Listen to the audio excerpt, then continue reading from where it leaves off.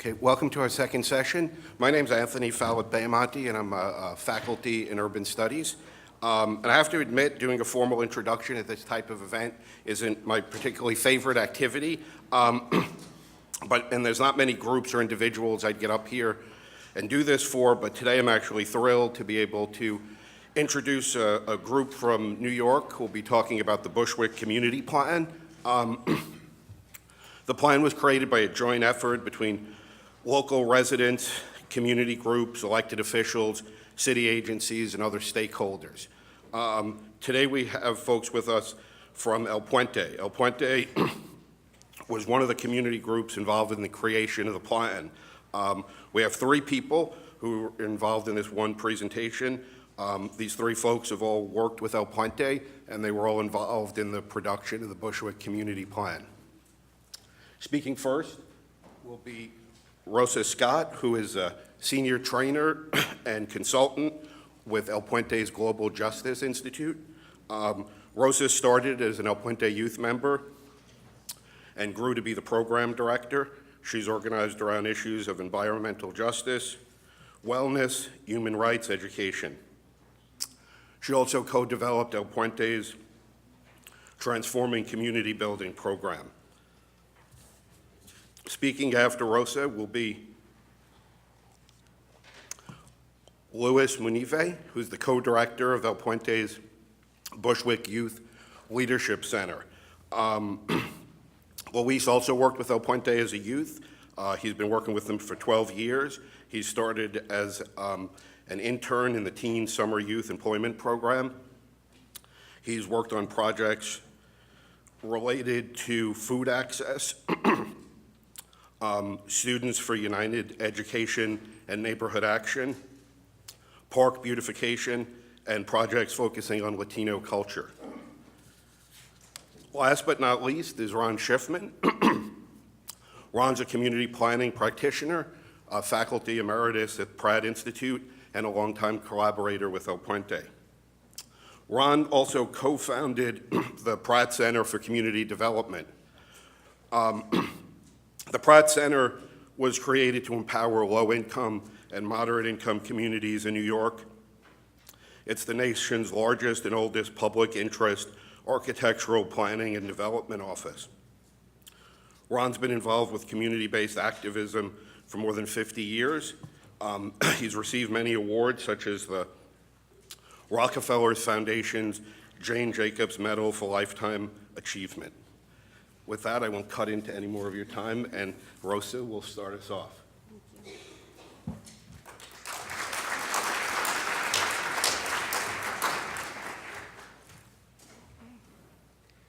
Good morning, everybody. Thank you, Anthony. Thank you, University of Washington, for this opportunity to come and talk about our work. Before we get into the actual Bushwick Community Plan, I'm here to give some historical context around Bushwick. I'm not only speaking about that as far as just knowing the knowledge of it, but I'm a resident, and so is Louis, of the Bushwick community, so we've seen a lot of the changes that have happened in Bushwick. We're gonna just give you a little, this is a great image that was pulled from a study that Pratt and Ron had worked on that kind of talked about the settlers of the area of Bushwick. So in about 1600s, 1630s, you had the Dutch that came in, and I believe then they called it Boshwick. I don't know how it eventually turned into Bushwick, but it's Bushwick now. Throughout the years, some of the settlers that came were German, Italians, and up until, I believe, the 1950s, it was a very middle-class community, and big with breweries. It had amazing architecture. It had kind of like small mini mansions around the area that we still love that have become historical in our community. But what's been important about this process is kind of what happened after the 1950s up until the 1970s. So there was a huge influx of Latinos and African Americans into this community, into New York City, and realtors and, I'm sorry. This is just an aerial view of what Bushwick is. Kind of, again, the architecture of, this is Knickerbocker. I actually live up the block from this picture. So a lot of realtors and banks started to capitalize on people's fear, racial tensions, and started to put fear into the community and started to tell homeowners, hey, you know, we need to get out of this community. You need to sell your homes because the Latinos are coming in, the blacks are coming in, and the value of this community is going to go down. Ron even shared with me a story this morning. A group of his students had did a study, and people were paid to stage fights in the community so that people can get that fear in them, like, oh my God, it's gonna be a violent neighborhood. So homeowners actually started to sell under value market their homes, and the banks took advantage of that and sold them for higher rates. And they also took advantage of some of these poor communities of people moving into the community, and pretty much told them, oh no, don't want to play that yet. Pretty much told them, you know, they called it the fast foreclose scheme. You know, we're gonna give you these amazing rates, knowing that they couldn't pay them off. And then people ended up within a year foreclosing. The banks profited from this, but the community suffered because there was all these foreclosures. About 500 Bushwick buildings ended up vacant. They did call it the white flight. You had millions of these middle class moving out into the suburbs and taking their resources with them. So in understanding that this community now was pretty devastated, abandoned buildings were happening all over the community. Homeowners were actually burning their houses on purpose to collect insurance money. You had electrical fires everywhere just because people no longer wanted to maintain these buildings, and the city started to see it as a disinvestment as well. And to make matters worse, the blackout of 1977, which I got a video for you. I hope you'll enjoy it.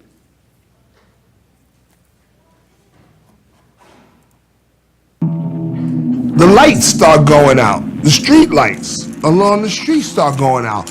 One at a time, like in a row. Poof, poof, poof. We just looked at each other. Wow, did we do this? I mean, because we were jacked up to a street lamp, you know what I mean? I was home, sitting here, watching television. Bingo. All the lights go off, television goes off. I go up to the roof, look out. Darkness.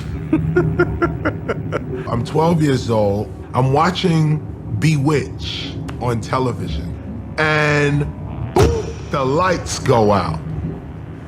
I thought it was just us, because that's a common occurrence. I looked outside, and everything was black. And then on top of a bus, I started yelling to the crowd. I said, the world is watching, and cool down. Everybody's got to go home. The lights will be on soon. Everything's going to be okay. I never figured that even as hard on its luck as New York was, that the veneer of civilization was that thin, that people who were marginal people, or even in their regular lives law-abiding people, suddenly became this crowd of anarchists in it for themselves. The, Jekyll and Hyde personality came out, and people that you would never expect, the housewives, some of them. I mean, not all by any means the minorities either. I'm bugging out because church-going, upstanding citizens, the ones you know are teachers and doctors and in the community, they are now reduced to looters, thieves, and rioters. I was shocked. I was afraid. I was frightened at the sound of glass breaking, cars screeching, guns going down. She said, son, when there is no light, man is reduced to animal. I began to look at people deeper than what they were showing me on the outside at age 12. It's when I became a man. People's actions, were brought on by their conditions. The message to the city is that we need help here. We're doing bad. There's nothing here for us. There's no jobs. We're housing, health care, nothing. You know what I mean? We at the end of our road. We are just surviving by a thread.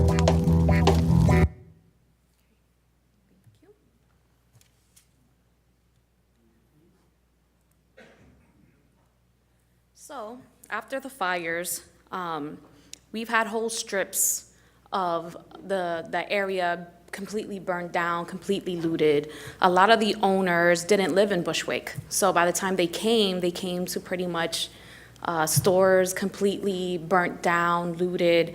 There's a strip that I showed you on Knickerbocker that the people who own those businesses actually live there. So I've read stories of some of the homeowners actually outside with their neighbors with bats and knives, like protecting their storefront. So that's why I think Knickerbocker was saved, because they actually had the owners that lived in the area. Probably about 250 families became homeless that night. There's stories about their local precinct only having about 14 police officers on duty that night. So as you can see in this image, Bushwick looked like a complete war zone. And this was the daily life. This is what you walk down the street looking at. And for many years, there was no investment. The city was like, we can't afford to reconstruct this neighborhood, so it kind of just got ignored. I lived, it's funny, this picture, I used to live in an apartment that looked straight out into a huge lot like this, where everyone threw out their garbage, homeless people kind of just hung out there, did whatever business it was. I moved to Bushwick when I was 11 from Queens, and I remember telling my mom, like, you moved me to hell. It literally looked like hell. It was a very scary scene, and it took some time to kind of just adjust, because again, visually, it was just like, this is all you saw walking down the street. And then 3 years later, I was 14 and a half when I found O Puente. And I have a quote from Maya Angelou. It says, "I can be changed by what happens to me, but I refuse to be reduced by it." I think in that community, I realized that no matter what the struggles are for any community struck by poverty, that there are still gems, there are still light, there are still people fighting for their community, there are still people fighting for culture. And I was blessed to find O Puente that reminded me that I still had a voice and I was empowered, because O Puente is very big on self-determination. And I would like to say rest in peace to Luis Gardner Costa, who was the visionary, the founder of O Puente, and pretty much took it upon himself to coalition build in Williamsburg when people were dying, young people were dying every day because of gun violence, drugs were in the street, and he pretty much said, you know, we gotta claim our community back. And that's one of the reasons why he took a stand to put a Puente site in Bushwick. And I got another little video. This is Luis. We're hearing during this interview gunshot rounds. I think it's fitting because you're getting a sense of what our young people live through. They have to sometimes walk over dead bodies. They sometimes go to sleep listening to those gunshots. Their reality is something very different from the homespun American apple pie notion of what childhood should be about. And yet, in spite of that reality, they form together with adults, with others, and call out for what is human, for what is right, for what is beautiful, and what is about themselves. Years ago, I started thinking about what was happening in this community, about how people were becoming depressed. They wake up one day and where there was a bodega, there's a bistro. And I saw a change in people, feeling like it's all over, we lost the South Side. The ground zero of the history movement, which was North 7th Street, has now taken over the South Side, and we've lost it. And I thought, no, you know, we have lost some people, for sure, but we can maintain a sizable community here. We can be very adamant about the fact that we have been here, and we will continue to be here. But we need to be encouraged. We need a green light to move forward. And so we created the Greenlight District, basically allowing people to think more positively about their neighbors, about connecting, even connecting with the newcomers, to make this a better community. So we created 5 different committees that will deal with health and culture, the arts, education, retrofitting buildings, really to engage people in greening spaces, in doing all the work together that can make of this, in 10 years, a model neighborhood for community and environmental wellness. The bus terminal, the lead in the air, all these environmental hazards were brought to us by a government policy that really absolutely does not take into account the life and dignity of the Latino or any other community in Williamsburg. I don't see that as a reason for leaving. I see that as a reason for staying.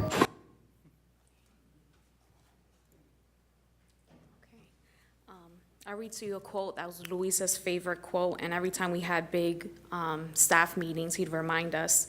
It's by Che Guevara. At the risk of seeming ridiculous, let me say that the true revolutionary is guided by great feelings of love.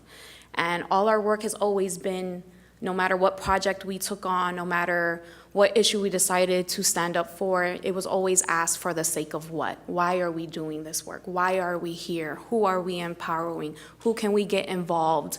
Because he was very about inclusivity and making sure that everyone was at the table to make changes in the communities that we worked in. I think with that said, I'm going to pass it over to Luis. I promised him I wouldn't do a chant because Luis was very big on chants. So I'll say it in a statement than rather have you all do a chant, but maybe next time. El puente presente, el puente es la gente, el puente pa'lante, siempre pa'lante. Thank you.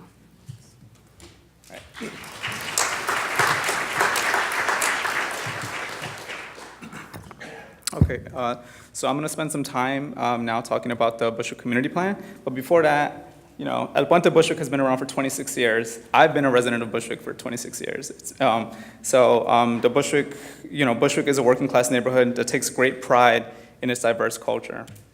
And so, because the plan started coming about because Bushwick started becoming a trendy neighborhood. At one point, it was called the 7th coolest neighborhood in the world, according to Vogue magazine. And I hate that quote because, you know, it brought in a new wave of hipsters. And then there's also things that are happening now that you guys will see in a bit. New hipsters are fighting old hipsters for Bushwick. They're taking it like that it was their Bushwick prior to us being there. They're ignoring our culture. And so a culturally diverse population, right? So Bushwick is predominantly a Latinx community. So with over 65% of the population being having Latino or Hispanic heritage, then 20% being white, 20% being black, and 9% being white. So this has been changing dramatically, as you guys will see in a bit. But the Bushwick median household income has also increased because of the influx of gentrifiers or hipsters and new hipsters coming to the neighborhood. And so Bushwick predominantly has a limited proficiency with a lot of Spanish-speaking residents, and 27% of Bushwick's total population struggle with English, and then 45% only speak English. And so that's how El Puente became more predominantly involved with the Bushwick Community Plan. We wanted to make sure it was more of an inclusive plan to our people of color, to our Latinx community. So, changing neighborhood. So between the year 2000 or 2012, you can see the number of, this is an increase in the number of rent that there was, charges for rent in the neighborhood. And so the percentage went up on average of 79%. So out of context developments, that's what brought about the Bushwick Community Plan. So all of these massive out of context developments started occurring in our neighborhood, and that's what led to coalition building. So given what was happening in New York City with rezoning that claimed to include community but do so on a superficial scale, the process of the Bushwick Community Plan has been different. Mayor de Blasio's solution for the New York housing crisis came down to mandatory inclusionary housing. But with that, it ignores the characters of the community and it leaves it up for grabs. It's essentially changing the neighborhood without the input of the community members themselves. Community character and culture was not initially a part of the inclusionary housing plan, and this is why Bushwick started its own Bushwick Community Plan. So the community plan initially started with 10 community organizations and 21 Bushwick residents. We started off actually as just a discussion in the community board meeting in 2013, and we didn't get a chance to take action until a year later.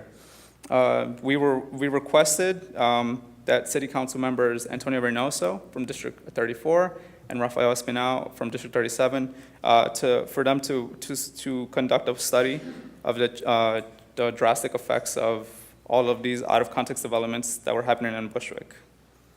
So the council members, although receptive to the idea, they understood that in order to promote a more cohesive neighborhood, they wanted the project to be more community-driven.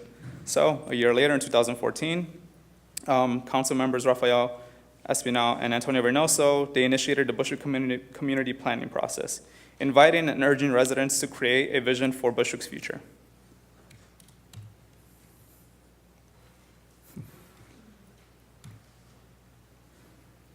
So residents becoming increasingly fearful of displacement from community, from the neighborhood, they all came together and we created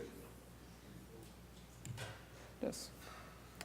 So we've held over 4 large town halls with over 200 plus participants.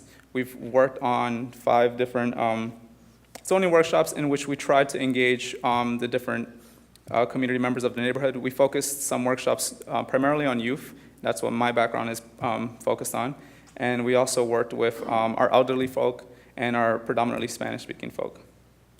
And so from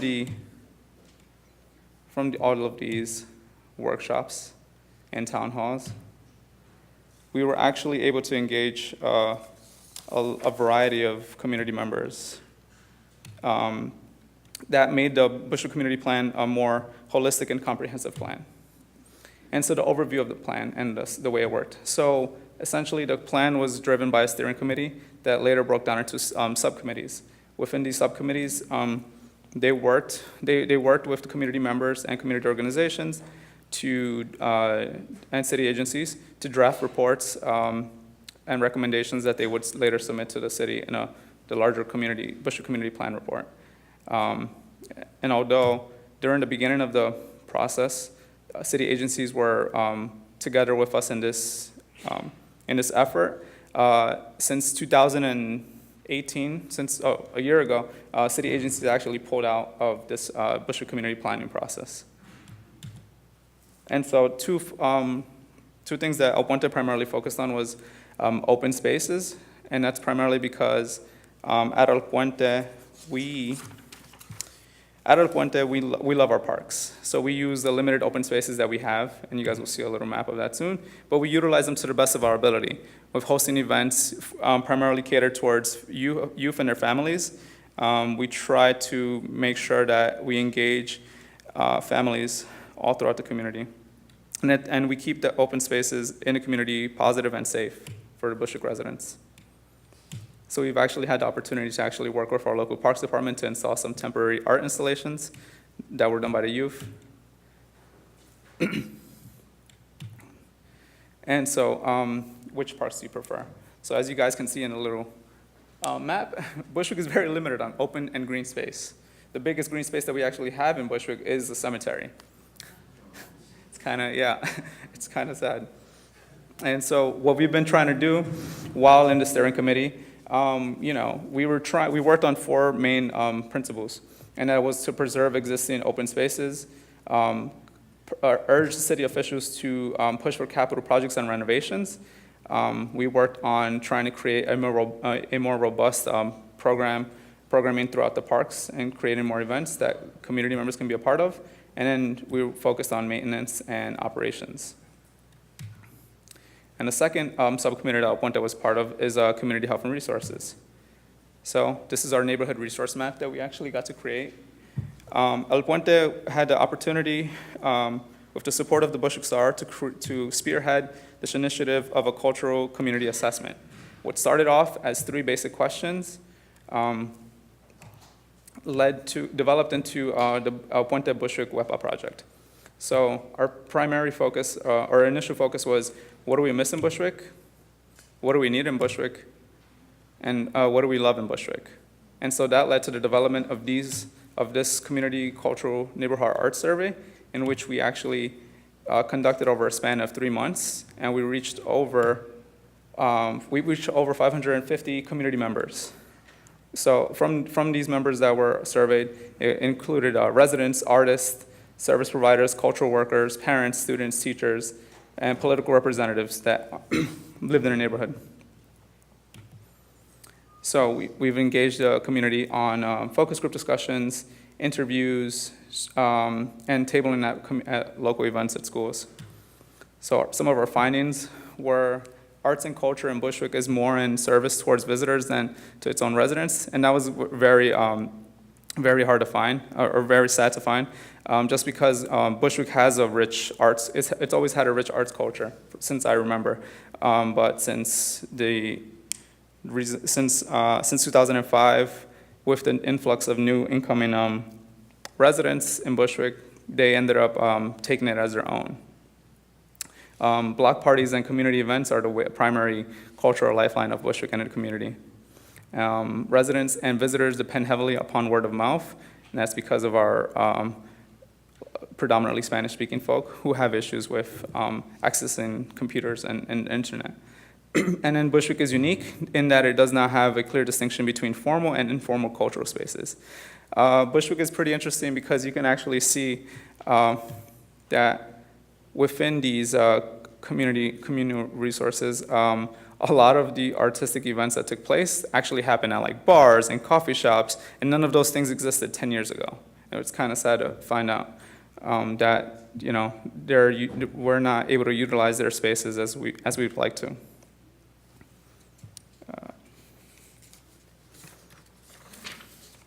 So yeah. So Bushwick has become a desirable venue for artists, art space, and subsequently developers due to its strong tradition of community arts and its diversity and relative affordability. These same conditions are which made this cultural plan really imperative to El Puente and to the Bushwick Community Plan, because we are trying to figure out solutions to exposing long-term residents to more of the arts in the community. So our next steps. So the Bushwick Community Plan has actually been pushed forward through the community board. And at the moment, we're actually waiting to hear back from our city council officials. And so we're trying to see if we can actually create this cultural plan to be a blueprint for the entire city. And with that, Ron.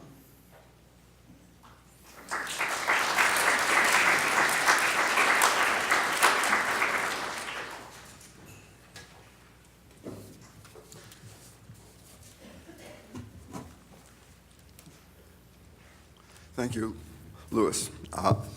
It's a real pleasure for me to be here, particularly on this campus, to discuss some of the work that we've been doing.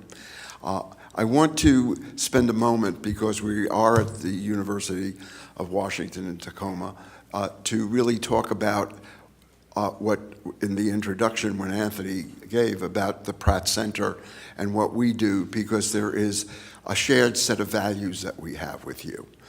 And when I look at the 6 goals towards the back, those are the 6 goals that you see reflected at our institution, as well as in some of the principles that El Puente has adopted. And I'll talk a little bit about that in a moment. But I think what's important, and the thing that we could add, is that the role of the Pratt Center was not to just provide architectural and planning and other kinds of assistance to community-based groups, but to help give them the tools by which they can engage in the plan in the way that Louis and Rosa just presented. And I'm proud to have said that we have worked with El Puente from the time it was conceived till today. The picture that you saw of Luis as a young man is the Luis I remember.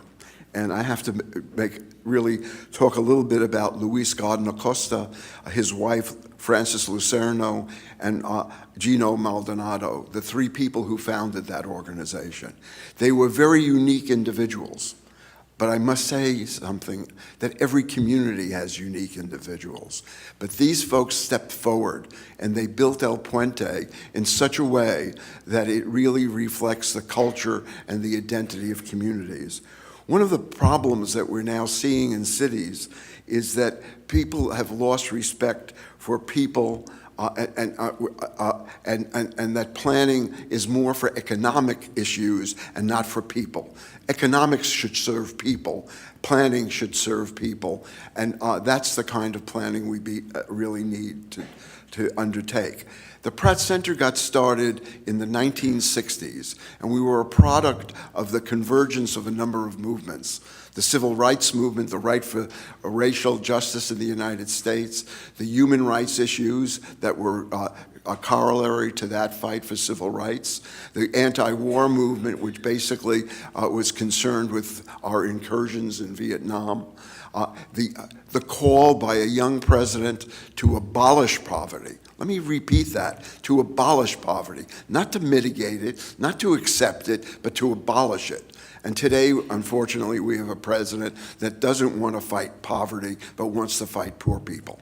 And I think the real issue that we need to look at is how do we go back to looking at development in qualitative terms, so as opposed to quantitative terms. And one of the principles of the Pratt Center, when we founded it in 1965 as the Pratt Center for Community and Environmental Development, that was what its name was then. For some reason, my successor in 2005 shortened the name and dropped the word environment at the point in time that everybody was talking about it.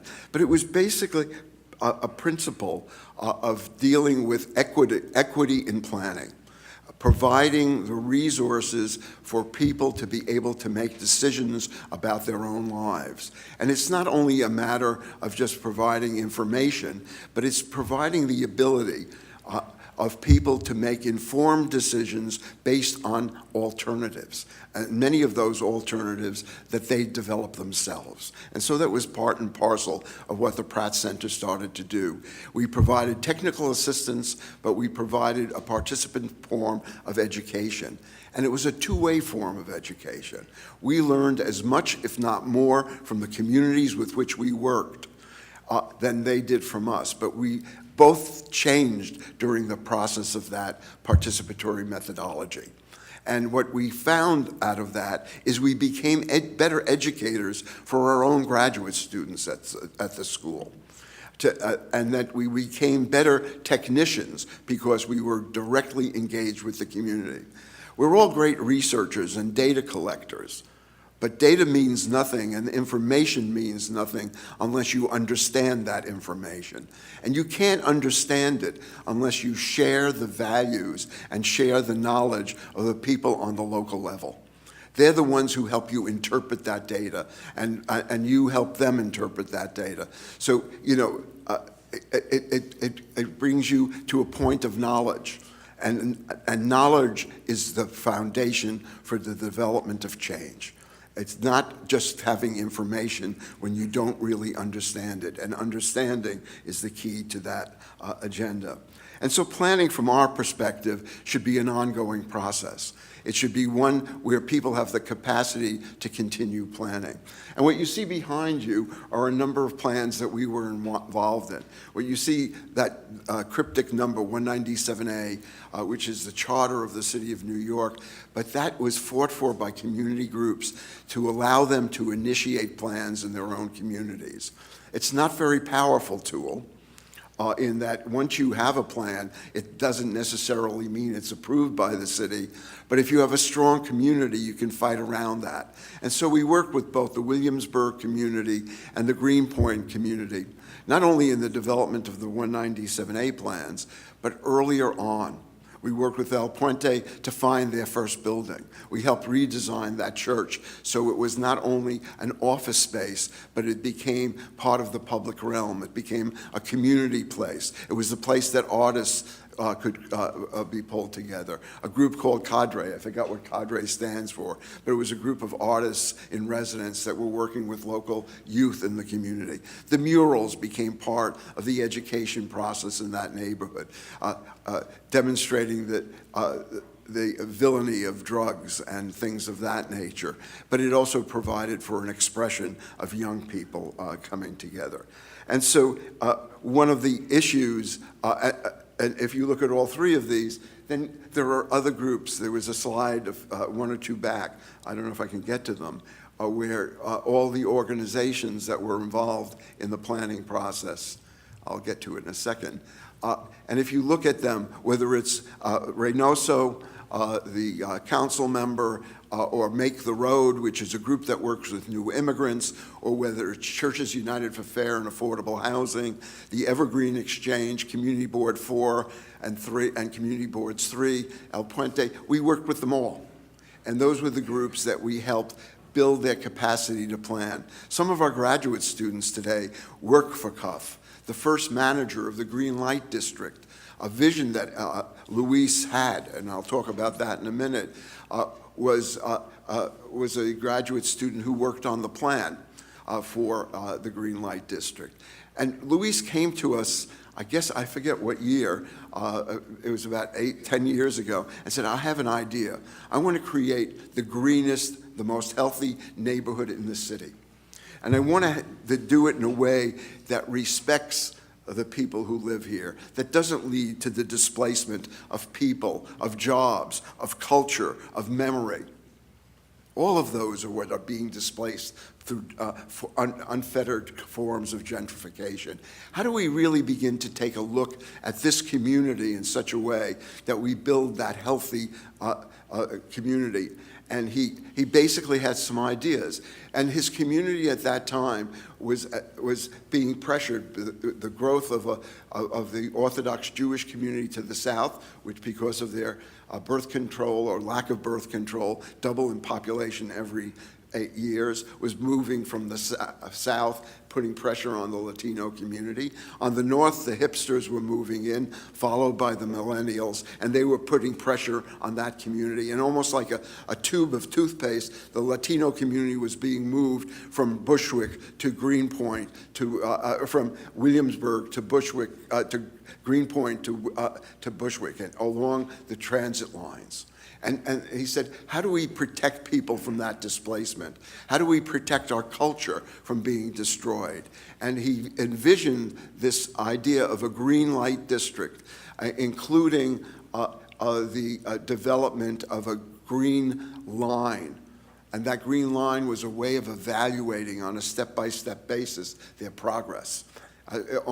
He's built it on the concept of the old poverty lines or economic development lines.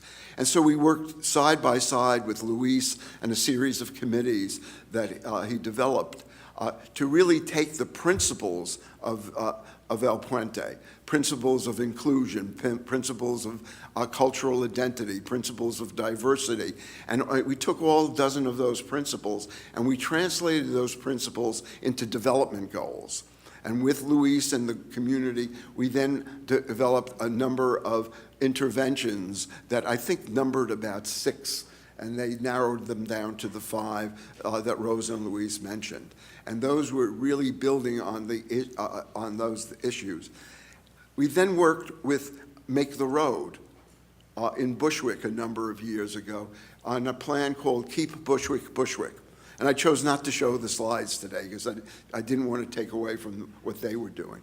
And there we worked with Make the Road and building what would be an agenda with the councilman, Reynoso, asking us to do that, that would give them the tools by which they could negotiate the new zoning interventions and things of that nature that were really important for that community. And out of that effort and the coming together of both Make the Road and all the organizations you see up there, then the plan for Bushwick emerged. The point I really want to make, and I want to end almost on this, is that we've got a number of challenges that are now occurring in communities. But we have to understand that the role of groups like El Puente, like Make the Road, are really important. We need to invest in them as donors, as government. We also need to, as universities, work with them to learn from them and to share with them the resources that we have. And those kinds of partnerships are important. I'm a great believer in partnerships and coordination, but it can't work if the partners are unequal. If the partners don't have the same level of power, the same level of knowledge as their other partners. So one of our roles really is to make sure you make room for that new leadership and make sure that we're transferring the power, the knowledge that we have to those communities so they can nurture it and then work to inform us. The last thing I want to basically say is that the success of a lot of our efforts are the problems we now face. What is palpable in Bushwick and in Williamsburg, and what Bushwick in part is reacting to, is displacement. And it is displacement of those things I mentioned before. Displacement of people, displacement of jobs, culture, and memory. Somebody asked a question before about security. Well, security means sometimes good policing. It means reducing the levels of crime in a neighborhood. But it also means protecting residents against harassment, where owners are denying services and pushing people out. In some cases, bringing in goon squads to harass the families out so they could take over the buildings and sell them at far higher prices. So, and how do we protect culture from being destroyed? That's part of security. How do we make sure that people have access to healthy food, which was part of the Greenlight District, so that the diets and the lifespan of people in the neighborhood grow? How do we make secure that we're not stealing the right to vote from neighborhoods and the political power they're having? So security means a lot more. How do we deal now with the criminalization of poverty in our cities? The fact that young boys can be arrested in the street because they may be having a marijuana cigarette or something else, or may be accused of something, and they can't pay the bail. They don't have the $200 for that bail, and they wind up being in a prison, which somebody once described to me as a school for criminals. So how do we really begin to make sure that we have a much more equitable society at the same time? When we worked on that Keep Bushwick, some people didn't want parks because they felt if they had a park, then it would mean that they wouldn't live in the neighborhood any longer because an asset would come in. We can't accept that paradigm. We can't accept the paradigm that you need to have a toxic site in the neighborhood so you're not being pushed out. We can't accept the paradigm you need poor schools so people won't gentrify your neighborhood. We need to find a way of providing low-cost housing that's affordable to the residents that are there. And that's a challenge that we as communities and educators have. And it's one that I hope we'll take on with the same kind of creativity and the same kind of organization that Luis took on when he founded El Puente. Thank you.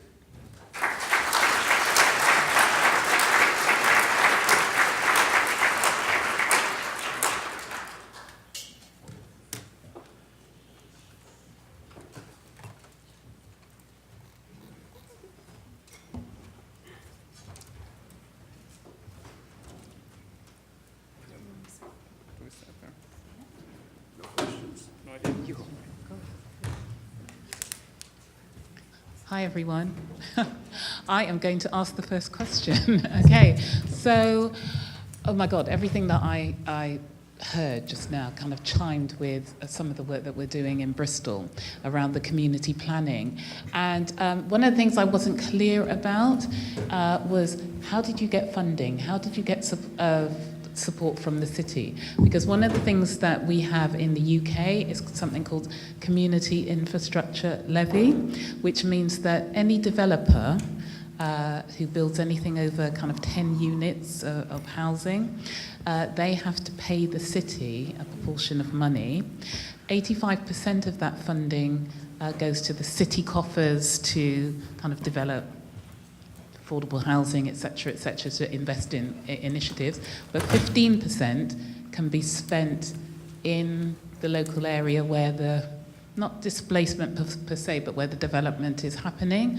And if you do something like what you have done, which is have a community plan, which is recognized by both ourselves and government, that amount of money goes up to 25%. And I've actually just rezoned our city. We zoned it into 14 areas, but we were finding that the poorest communities we're not benefiting from where most of the development was happening, which was in the centre, and they had drawn the line so that kind of the rich got richer and the poor got nothing. So I reinvented that kind of zoning to ensure that those areas who were not accessing funds now can access a lot more of that money. So I just wanted to know, do you have something similar in New York?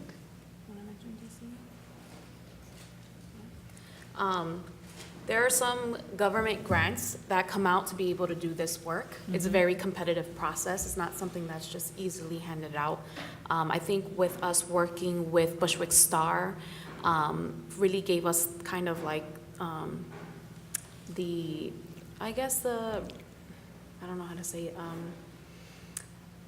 the strength to be able to pull out that grant, to be able to do this work, right? And I think we, even as a Puente, whether we have grant money to do things, we still do it with whatever funding we do have. We have leadership centers that we get city funding to run youth programs, and that's why a lot of our work is led by the youth, because it's through these youth programs that they're able to do that. So all our work is through the youth, through the government funding. Okay.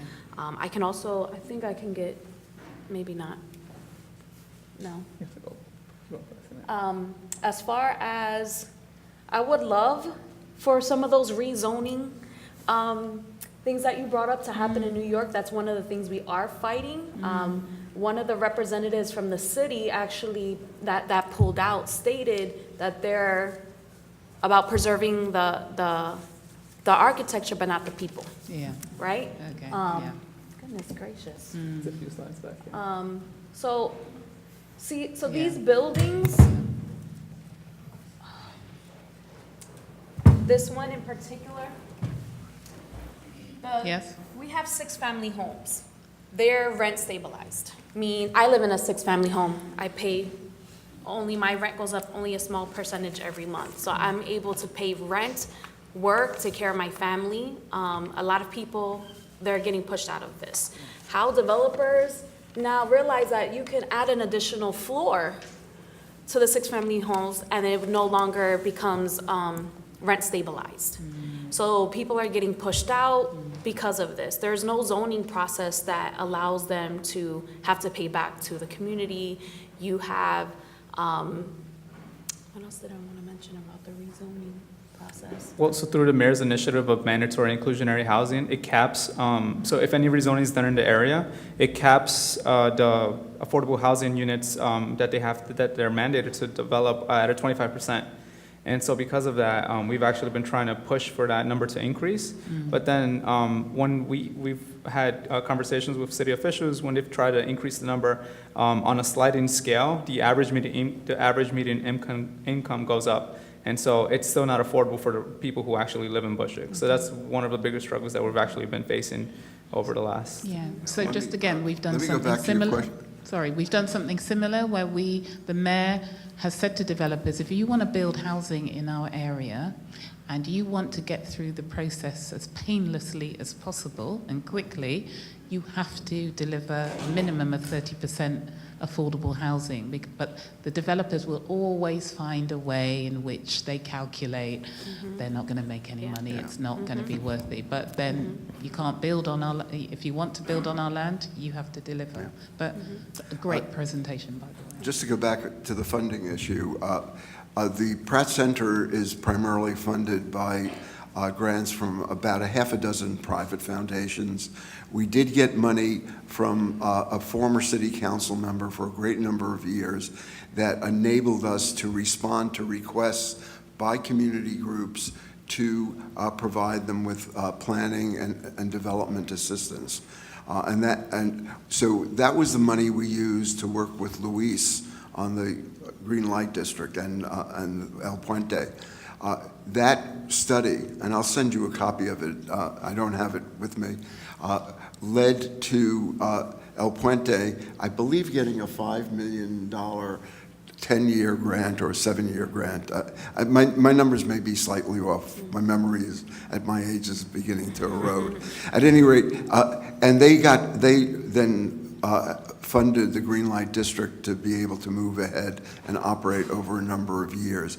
It is always a struggle, and one of the things that we have been fighting for by bringing together a lot of the community groups that we work with is that they put pressure on the city government to provide for the payment when it comes to these locally initiated community plans, so that so it's not only the wealthier neighborhoods that can pay for it and promote it and to undertake them. The other thing I do want to say is that we were able to leverage those dollars to a great extent because the Pratt Center is a full-time staff of people that work not on an academic calendar, but all year round. Communities and don't live by academic calendars. And so when a university really wants to work with the community, one of the things I'm suggesting is that they set up an entity that has continuity. So that it also has memory, and it also builds relationships with various different community groups. And my pitch here is, if there are donors in the room, help the Urban Studies program at Tacoma actually put on a staff so that when the faculty and the students are around, they can leverage the resources, they can continue the work, they can deepen the amount of engagement, but somehow you need to sustain that when the students go off or the faculty goes off on summer break or around Christmas, because the due dates are continuous. So the symbiotic relationship between a technical assistance organization and the academic entity really is crucially important. The other thing is to understand one thing about communities. They don't prioritize or silo everything we're talking about. So when you look at the Greenlight District, when you look at the work done in Bushwick, it weaves together housing, security, public space, culture, and arts, because that's the way we live. We don't separate out these separate things. We weave them together, and if anything, good planning, I think, is weaving. Hello, thank you. I have a question. You mentioned the importance of relinquishing power to community groups like El Puente, and I'm wondering what ways you've seen this effectively done in New York, and what are other ways that cities can center more of the power in the communities and to these community groups? I'll take that on, I guess. There is right now, the mayor about a year ago launched a committee to look at charter revision. That charter revision commission had a very narrow scope. Our city council, which is far more reflective of the diversity of the city, we have a quasi-progressive mayor. They do some really great things when it comes to education and around mental health. When it comes to housing, you know, I've got a lot of questions. And zoning, because New York City is run by the real estate industry. And so what we really wanted to do is to use the city council's new approach to rewriting the charter to strengthen the 197A provision, to allow communities to have a stronger role in local planning, to almost use the City Planning Commission almost as a regional basis, and use local groups to really come up with plans for their communities with greater involvement and greater control. So while they get more powers, they also have more responsibilities. And one of them is to make sure that citywide goals of inclusionary housing, citywide goals of addressing poverty and the enormous income disparities we have, be part and parcel of the goals of what they do. Because you don't want to give a power to El Puente for Bushwick, and then the Upper East Side that would then use that same power to exclude. So there are certain overall value systems, the ones we see on the charts to the back of this room, the one of equity and inclusion, that we want to adhere to, but we really want to rewrite the charter to give both the powers and the resources to those groups to be able to take on the planning. The power of the communities in New York City is their civic organizing power. At the Pratt Center, when I ran it, we never had organizers. We worked with local organizers. We worked with the organizers from El Puente. We worked with a group called the New York City Environmental Justice Alliance, which they are one of the founding members of, and a half a dozen different low-income communities, primarily waterfront communities, and we have students working there. So we place students who are paying to work there. They themselves pay to work there. It's part of their tuition goals. They get credit for working there, but they get so much more out of it.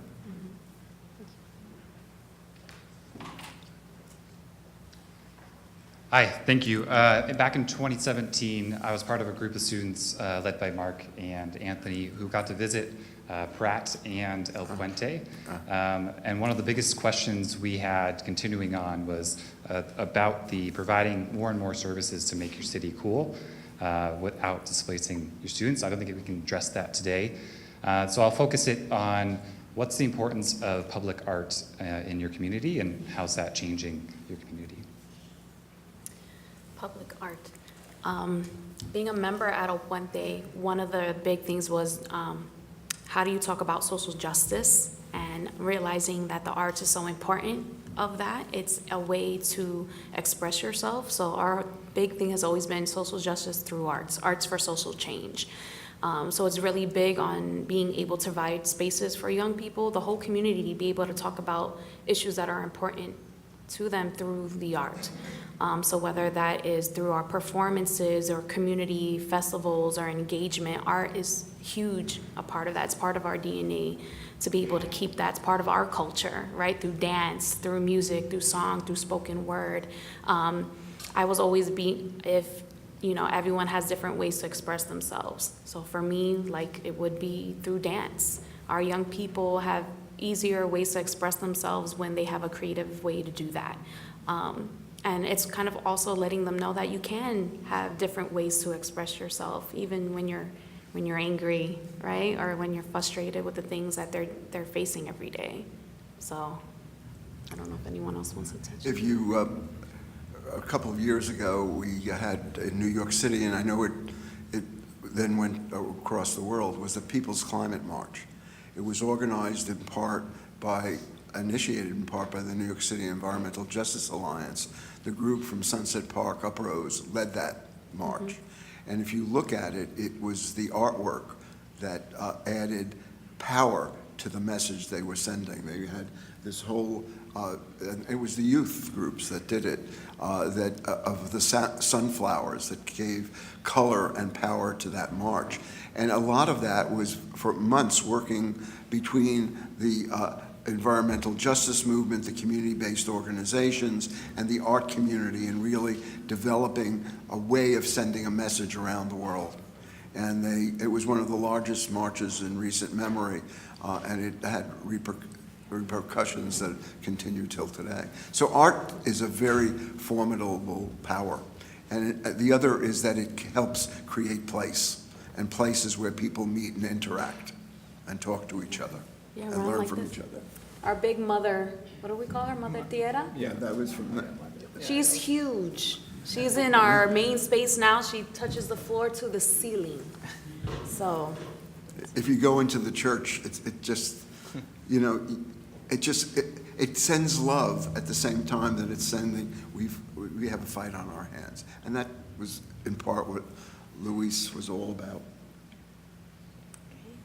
Thank you, everybody. Yeah, Mark? Sorry, one more question.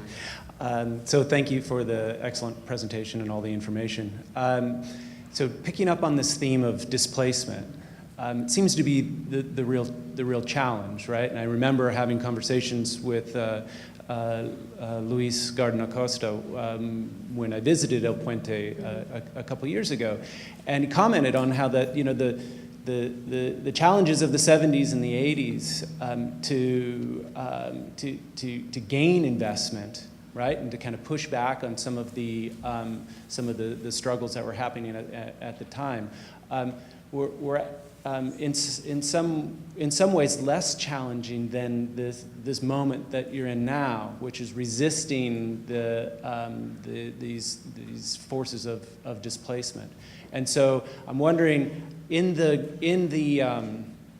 in the community plan, can you identify particular strategies or particular levers for, or that you might consider kind of label them as anti-displacement measures, or is the organizing itself kind of an end in itself, or are there particular things that we can identify, because we're starting to get many of those same pressures in Tacoma as well. Like what can we identify as anti-displacement measures in these kinds of contexts?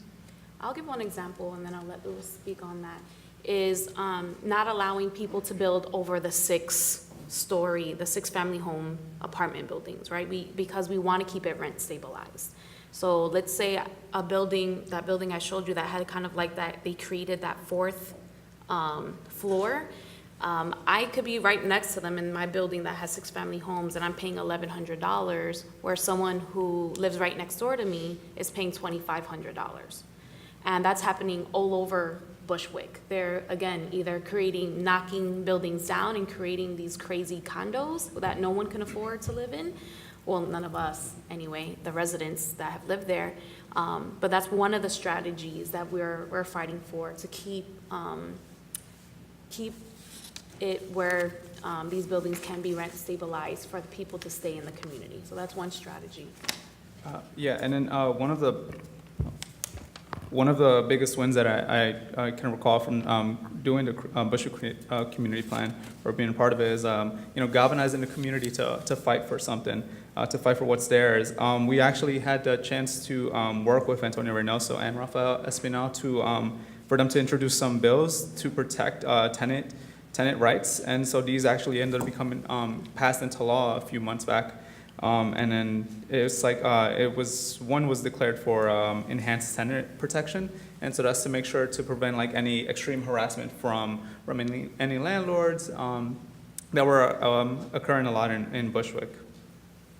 The other aspect of the plan that addresses it is that they maintain the industrial network and the industrial zoning around the largest green space, the cemetery. The reason for that is that displacement takes on a variety of different factors, and one of them is the displacement of people from their homes, but it's also the displacement from their jobs that then undermine the local economy and undermine them. And so it's really a very strong part of the plan that you see coming out in Bushwick. The other has been citywide efforts and forcing the mayor to provide far greater legal assistance against harassment, because in Bushwick, the number of families that were being harassed and going to legal services for everything from minor incursions to having their apartments literally being trashed by goons came about because of pressure not only from community groups but from council members. Reynoso was the former deputy of another councilwoman in that case, and really grew up with a lot of these groups, really understanding the dynamics of it. And Diana Reyna, yeah. And so this is part of the continuity, the understanding that community groups have continuity, and out of that, and when they work collectively, can really begin to inform public policy. But it really is a challenge. But it was also a challenge. The victims of abandonment, what you saw during the fires that took place, and the white flight that took place also, came about not only because of white flight, but because Black and Latino families were not able to, under federal law, to get the mortgages to be able to move to the suburbs. So there was also what was referred to as, at that time, the white noose around the Black Center. And it was not came about because of inequities in our laws. And I want to end my comments by saying this is the 400th anniversary, 2019, of the introduction of slavery to the United States, the 400th year. It was abolished a bit over 100 years ago, but the remnants of that original sin continue till today. Whether it was Jim Crow laws or urban renewal, which adversely affected low-income communities, or it's the income disparities that are structurally built into our society, or a lot of the displacement that's taking place today, or the planned shrinkage laws that led to, programs. We've got to begin to look at ourselves and how this legacy has to really be reversed, and we have to move from a system of inequality to a just society. And it's a challenge that we all have, both as professionals and as citizens. So one of the things we're hoping to do is launch a series of calls that we really look at the commemoration of that event as a living system and how we address it and face it in the future. Thank you.